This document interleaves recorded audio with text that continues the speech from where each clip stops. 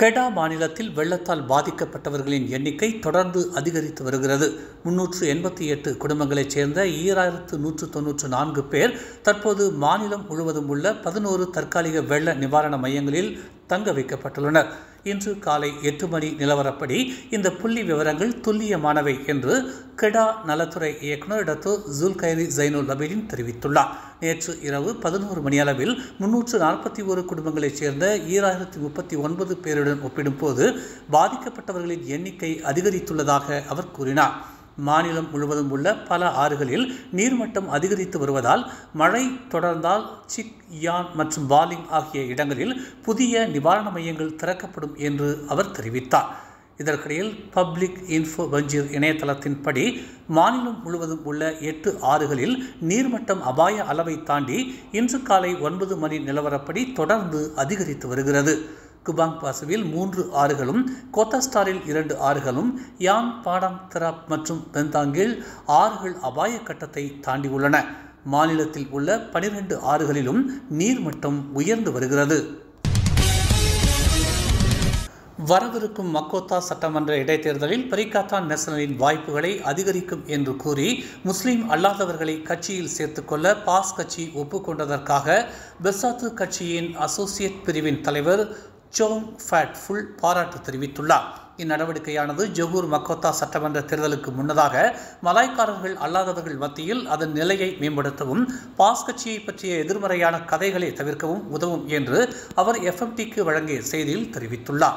மலாய்க்காரர்கள் அல்லாதவர்கள் பாஸ் மீது கொண்டிருக்கும் பொதுவான அவநம்பிக்கையானது இஸ்லாமிய கட்சியின் சில தலைவர்கள் சில விஷயங்களில் வெளிப்படுத்திய கருத்துகளுக்கு தவறான விளக்கம் அளித்ததால் ஏற்பட்டதாக அவர் கூறினார். பரிகாத்தான் அரசியல் போட்டியாளர்களால் அடிக்கடி பயன்படுத்தப்படும் பச்சை அலை முத்திரை எதிர்க்கட்சி கூட்டணிக்கு எதிராக எதிர்மறையான அர்த்தத்தை உருவாக்கியது என்றும் அவர் நினைவூட்டினார். எனவே முஸ்லிம் அல்லாதவர்களை கட்சியில் சேர அனுமதிப்பது ஒரு நேர்மறையான வளர்ச்சி என்று அவர் சுட்டிக்காட்டினார். குளோபல் ஈக்வான்ஸ் சர்வீசஸ் அண்ட் பிசினஸ் ஹோல்டிங்ஸ் நிறுவனத்துடன் தொடர்புடைய ஒரு நபர் செப்டம்பர் 9ஆம் தேதி தனக்கு எதிராக அளித்த போலீஸ் புகாரை திரும்ப பெறுமாறு ஒரு பெண்ணை மிரட்டியதாக மஜிஸ்ட்ரேட் நீதிமன்றத்தில் குற்றம் சாட்டப்பட்டுள்ளது.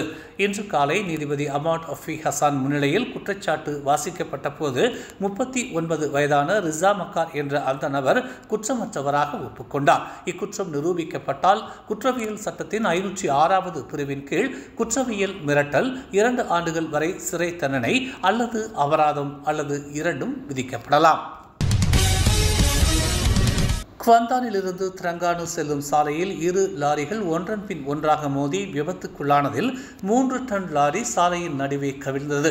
காலை 7 மணி அளவில் குவாந்தான் சென்னை சாலையில் இந்த விபத்து ஏற்பட்டதாகவும் கட்டுப்பாட்டை இழந்த லாரி ஓட்டுநர் முன் இருந்த லாரியில் மோதியதாக முதல் கட்ட விசாரணையில் தெரிய வந்துள்ளது. விபத்தில் பாதிக்கப்பட்ட லாரி ஓட்டுநர் சிகிச்சைக்காக குவாந்தான் மருத்துவமனையில் அனுமதிக்கப்பட்டதாகவும் சிகிச்சைக்கு பின்னர் விசாரணையை தொடர்வதாகவும் தெரிவிக்கப்பட்டுள்ளது. பிரபல சுற்றுலா தலமான கெந்திங் ஹைலண்ட்ஸில் தாக்கிய பலத்த புயலால் மரங்கள் சாய்ந்து நிறுத்தி வைக்கப்பட்டிருந்த வாகனங்கள் சேதத்துக்குள்ளாகின.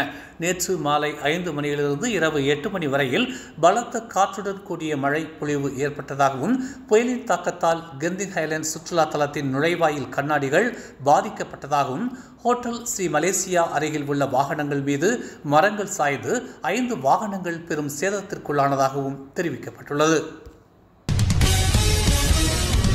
நேற்று கிழக்கு கடற்கரை நெடுஞ்சாலையில் பயணித்த வாகனம் திடீரென தீப்பிடித்து எரிந்தது. பெந்தோங் சுங்கச்சாவடிக்கு அருகில் இச்சம்பவம் நிகழ்ந்ததாக பெந்தோங் தீயணைப்பு ஆணையம் தெரிவித்துள்ளது. பாதிக்கப்பட்ட மெர்சிடிஸ் ரக வாகனத்தில் பயணித்த 3வரும் பத்திரமாக மீட்கப்பட்டதாகவும் அவர்களுக்கு எந்த ஒரு தீ காயமும் ஏற்படவில்லை என்றும் உறுதிப்படுத்தப்பட்டுள்ளது. இச்சம்பவத்தில் தீப்பிடித்த வாகனம் 80 விழுக்காடு தீயில் கருகியதாகவும் எந்திரத்தில் ஏற்பட்ட கோளாறால் தீ ஏற்பட்டதாகவும் தீ அணைப்பு தடயவியல் அறிக்கையில் தெரிவிக்கப்பட்டுள்ளது. மேலும் செய்திகளை தெரிந்து கொள்ள தமிழ் மலர் நாளிதழை பாருங்கள். எங்களோடு இணைந்திருக்க மலர் டிவியை பதிவு செய்து கொள்ளுங்கள். உறவுகள் மகிழ்ந்திட விருப்பம் மற்றும் பகிர்வு சேவையை சொடுக்கிடுங்கள்.